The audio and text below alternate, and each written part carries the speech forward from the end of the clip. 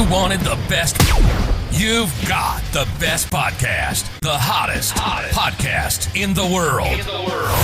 The Chris Voss Show, the preeminent podcast with guests so smart you may experience serious brain bleed. The CEOs, authors, thought leaders, visionaries, and motivators. Get ready. Strap yourself in. Keep your hands, arms, and legs inside the vehicle at all times, because you're about to go on a monster education roller coaster with your brain. Now, here's your host, Chris Voss. Folks, this is Voss here from the ChrisVossShow.com. Ladies and gentlemen, there are at least things that makes official. Welcome to the big show. As always, for 16 years and over 2,300 episodes, we bring you the Chris Voss Show, and we're really tired. But you could really help us not be tired by referring the show to your family, friends, and relatives. Go to goodreads.com/Chris Voss, LinkedIn.com/Chris Voss, Chris Voss 1, the TikTokity, and all those crazy places on the internet. Opinions expressed by guests on the podcast are solely their own and do not necessarily reflect the opinions of the host or the Chris Voss Show. Some guests of the show may be advertising on the podcast, but it is not an endorsement or review of any kind. Today we have an amazing young man on the show. We're going to be talking about his hot new book that he's put out that can help make your life better. It's called All Your Best Selves, How the Performing Arts Toolkit Can Help You Thrive Anytime, any place, and with anyone. Out March 15th, 2022.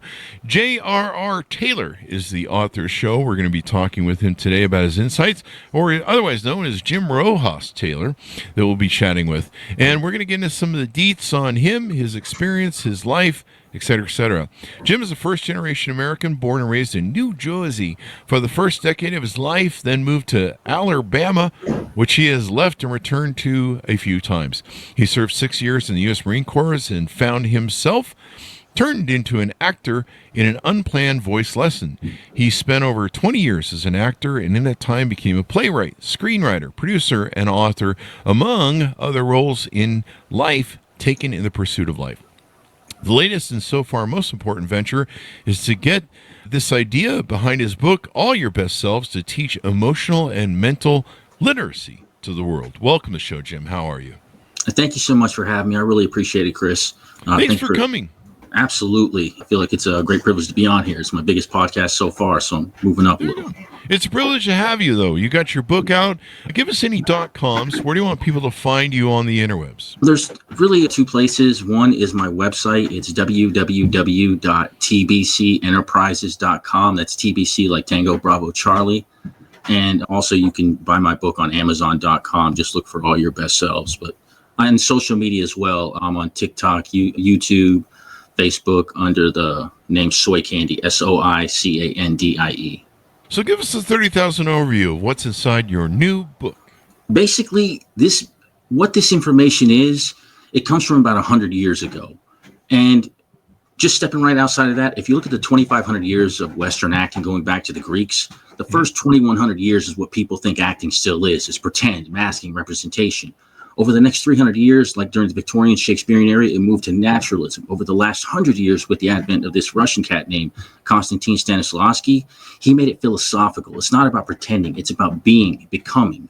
And I'm simply making the argument that these masters who came from him created the chisels, the hammers, the tools, the things we need to polish the marvel that is their art. Their art just happened to be the human mind and emotions. And I'm saying that they never realized the applications, because the literal fact is we don't have a mind and emotions for the stage and one for real life. So if they are at the point where we're teaching actors how to use real emotions in imaginary circumstances, how to build a real working mindset for the stage, why aren't we teaching everyone else these tools? There's a lot of people that act on Instagram, they act on social media. Sometimes they act in real life. I had a gentleman on recently who was autistic and on the spectrum, and he was telling me that the way he gets through things is he wears a mask, which is kind of interesting. He basically acts out a part, and it helps him, function with the rest of us folks who aren't autistic and on the spectrum and aren't savants.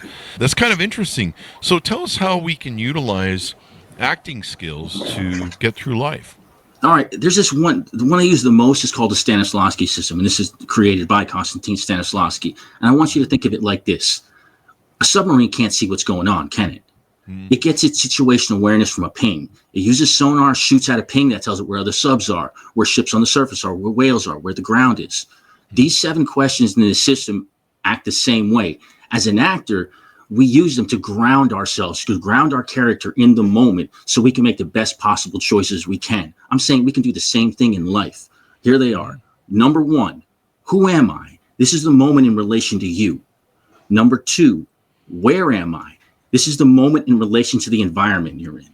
Number 3, when is it? This is the moment in relation to time. Number 4, what do I want? This is the moment in relation to purpose.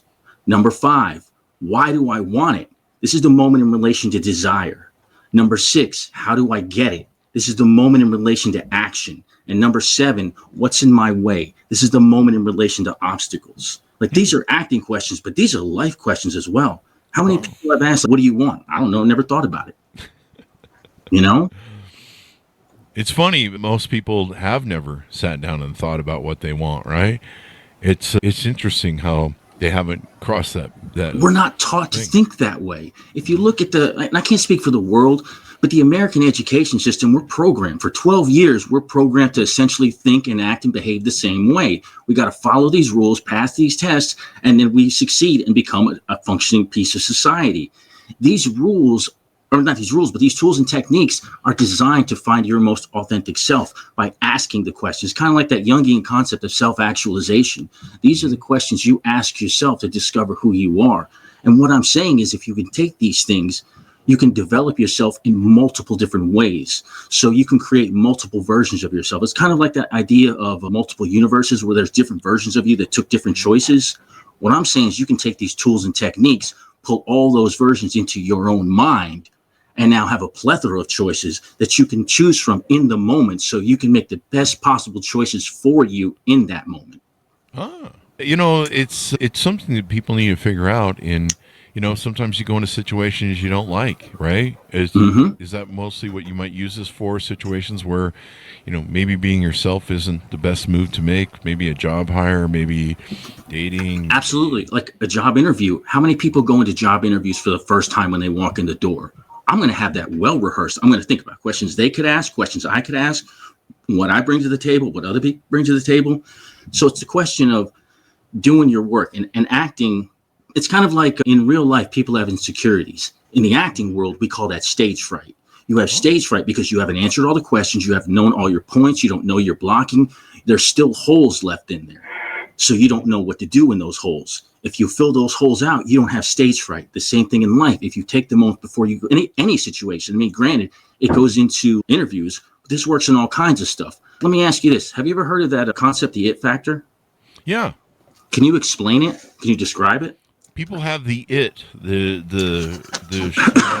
or I don't know what the French word is, but they have that version of where they're at the right moment at the right time, they're hitting the mark at the right moment. Sometimes everything seems to fall in line for that type of person. Okay, this is what I mean by putting language to it and giving literacy to it. I'm going to give 5 skills. What I'm saying is if you take these 5 skills, and I'm not saying they're absolute, I'm just saying these 5 skills, you put them together, you will exude that idea of the it factor. Oh, wow. Number 1, active listening. That's listening to someone else with intent to absorb what they're saying, not just listening to reply, taking them within you to the point where you can understand what they're really going through, to empathize with them. Number 2, charm. Having charisma or magnetism, that's what draws people to you, that personality trait that kind of just, makes people want to be next to you. Number 3 is intensity. That's your ability to control your passion. Your passion is like flavored energy.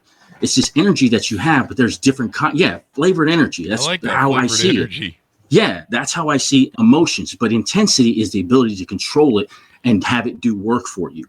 Number 4 is generosity. That's being so full of yourself, not in the bad way, in the way that you've explored yourself to where you're in a moment talking to someone, you're trying to give to them in that moment to make it richer and fuller for them as well. And number 5 is poise. It's like being on the red carpet and knowing how to make your body doing gestures and positions to do work for you.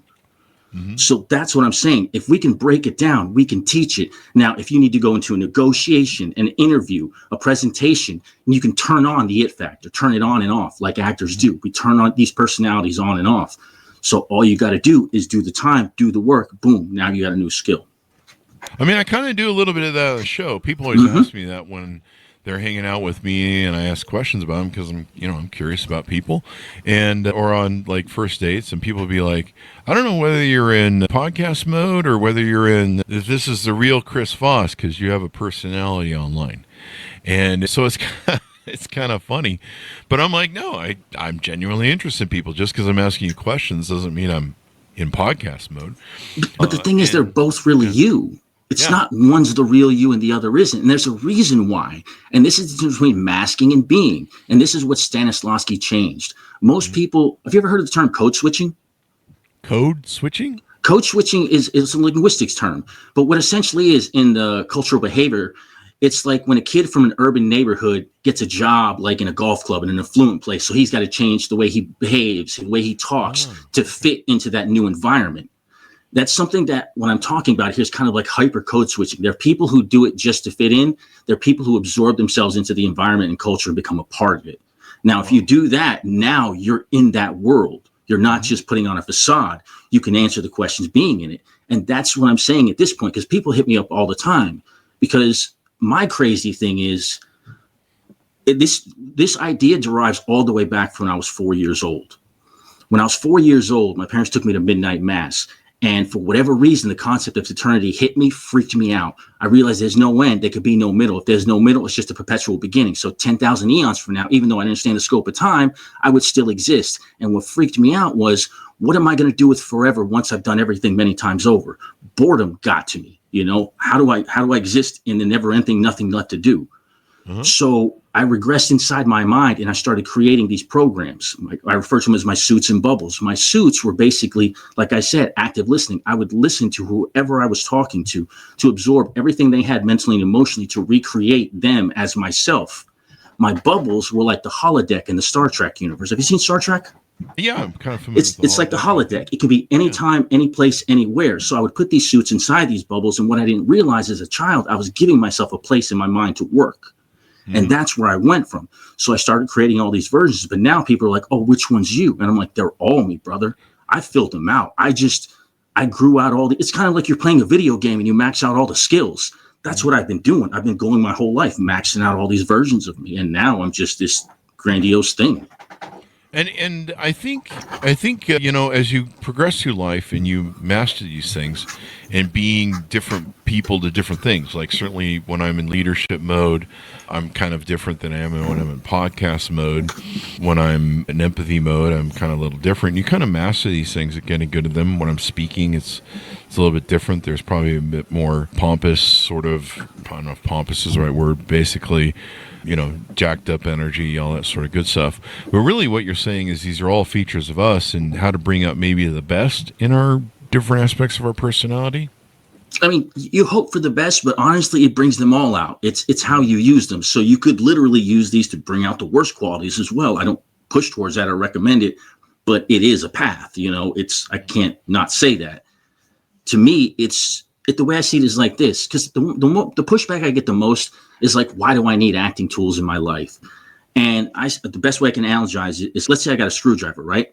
And I'm taking the screwdriver and I'm screwing apart on a toy Tonka truck. And my buddy's, man, I got to get this panel off my truck. I don't know how to get it out. I'm like, here, take the screwdriver. And he's like, why would I want that screwdriver? It's what you use for toys.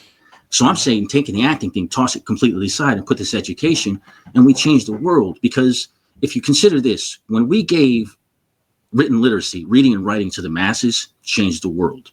When we gave numerical literacy, mathematics to the masses, it changed the world. So by that logic, why wouldn't it change the world if we gave a systemic, teachable way to give mental and emotional literacy to the world? Why wouldn't it change it? Yeah. Yeah, why wouldn't it change it?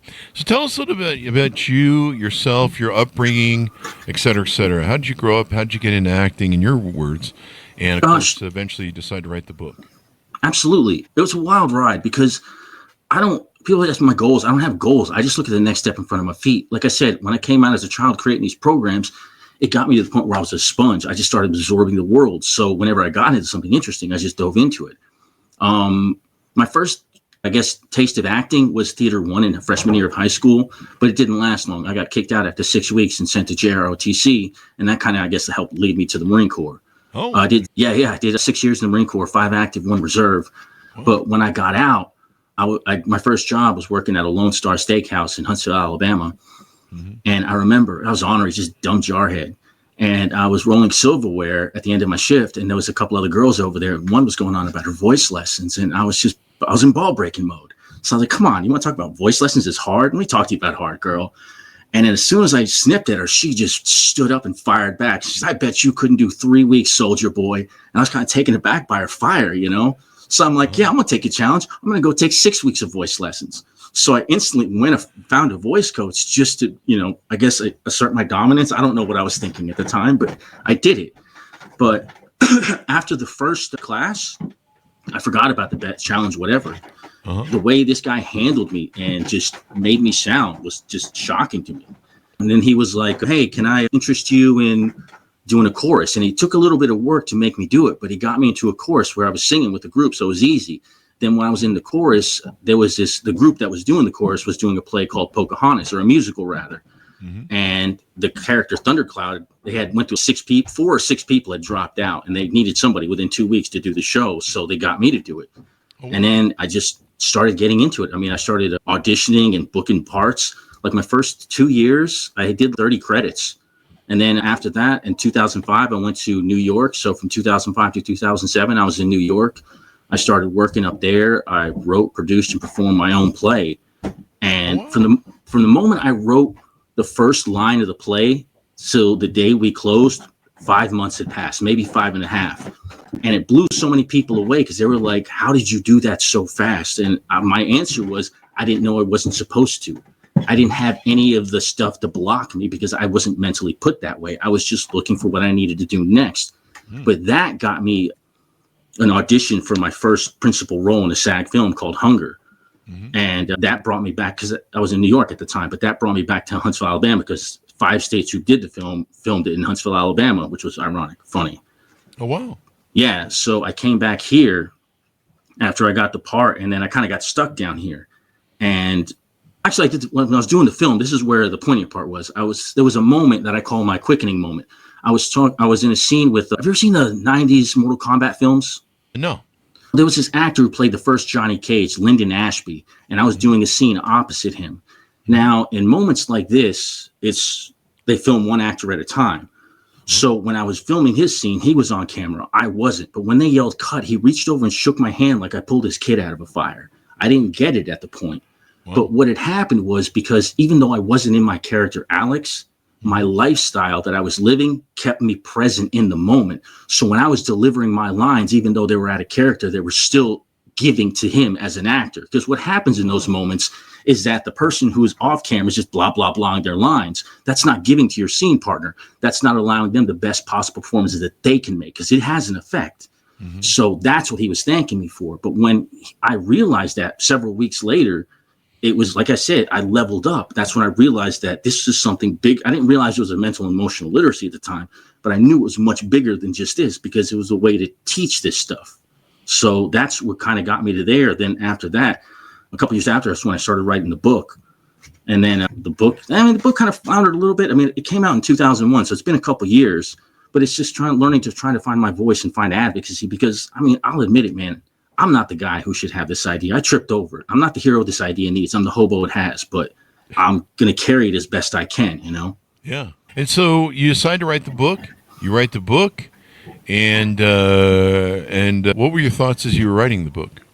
Man, it was rough. Literally, while I was writing the book, I was working as a mail carrier. So I'm driving down the road, writing notes on my phone or with a laptop in my lap, trying to deliver mail while I'm writing it. But again, I didn't have a goal to be a writer. I don't want to be a writer. I just saw a post on Facebook, write a book, yada, yada. And I jumped on it, and I was thinking, what ideas do I have? And that's when I realized I got this big idea. I should write about it. So that's when I started putting it down on paper. But the most valuable thing about writing the book was finding all the science that I found, all the stuff to support it. Because at first I thought this was just an idea that had nothing based on it other than what I'm saying. But when I started looking into it, I found that there's trauma drama out there who uses acting tools and techniques for teens that are dealing with trauma in a certain way. So let's say if a teen has dealt with certain kind of trauma, they will work them through acting techniques in a different kind of trauma, so they can develop the tools and techniques to work with trauma. That way they can later take those tools and techniques to their trauma, so they don't have to work through their own trauma. There's also psychodrama. It's now called psychotherapy. But in the 1950s, Dr. Joseph Levy Moreno created psychodrama by taking acting tools and techniques and putting in a group therapy session. And it was just like that, along with the colleges and universities where this is going on. Autism. Sense Theater teaches autistic kids using tools and techniques of acting by pulling back the curtain. So it's teaching them how social situations work so they don't have to pick up on social cues from other people. Oh, wow. Yeah, like I said, there's so many applications about, because again, everything we do, we use our mind and emotions. We just don't realize it. It's just we've never had the literacy. And two, think about this. When it comes to spending, like the 1%, the billionaire class, think tanks, they're spending billions upon billions of dollars to understand how human beings think, behave, act. That way they can influence how we vote, how we spend, to make us do what they want to do. If we learn mental and emotional literacy, we negate all their work, because the only reason they can do it is because we don't. If you don't know how to read, somebody can cheat you on a contract. It's like going to a foreign country. If you don't know their money, if you don't understand the literacy, you can get screwed out of your money. It's the same way with mental and emotional literacy. If you don't have it, who is messing with you right now? Yep.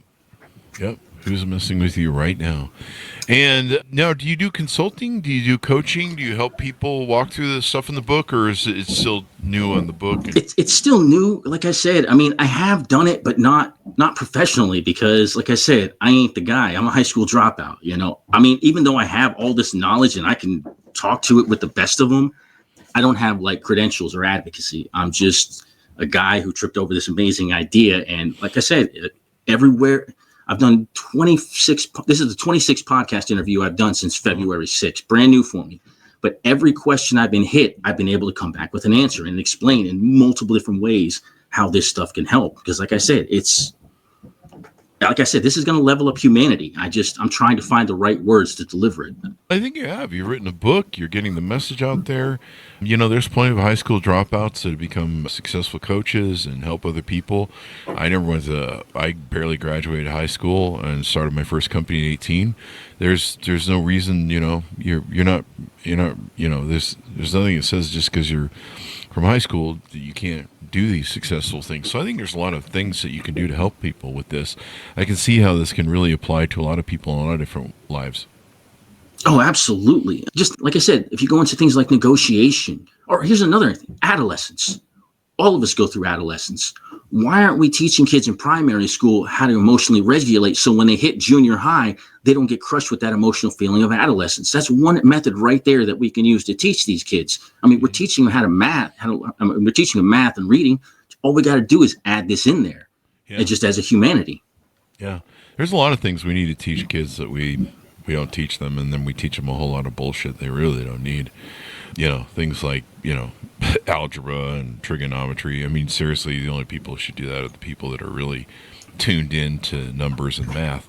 And they should learn skills, you know, like credit reports and how to be a good person and how to sustain a marriage, how to raise children, things of that nature. If I could, real quick, now that you said skills, one of the things that I refer to, and it's in my book, is I refer to as the third part is the intangible toolbox, and it shows tools and techniques that the actors have. But there's a bunch of soft skills that are learned either directly through these techniques or as a byproduct. And like I said, these are all teachable. Presence, situational awareness, initiative, grit, projection, wit, breeziness, motivation, emotional regulation, empathy, critical thinking, teamwork, public speaking, problem solving, creativity, listening, independence, mindfulness, preparation, organization, goal orientation, interpersonal skills, communication. Like I said, these are all things we need in life, but I've never seen them all just compacted in one arena that could be taught. It's like skills we have to search for or trip over, find along the way.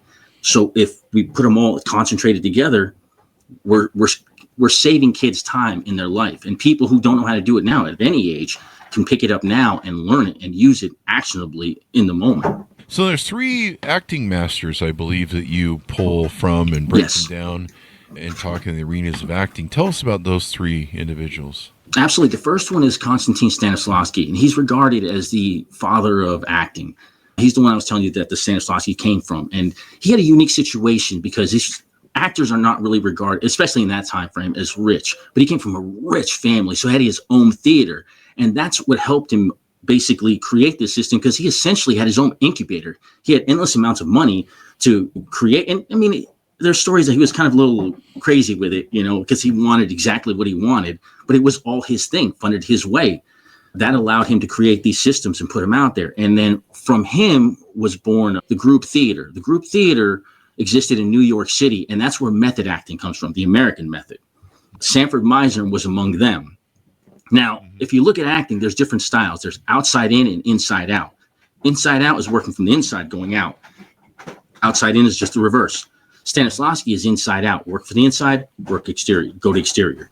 Meisner was outside in. So he's working with outside stimuli and working in. So his thing was behavior. So if you're talking to someone else, you're not focusing on the words. You're focusing on the outside stimuli, like their behavior, how they're acting.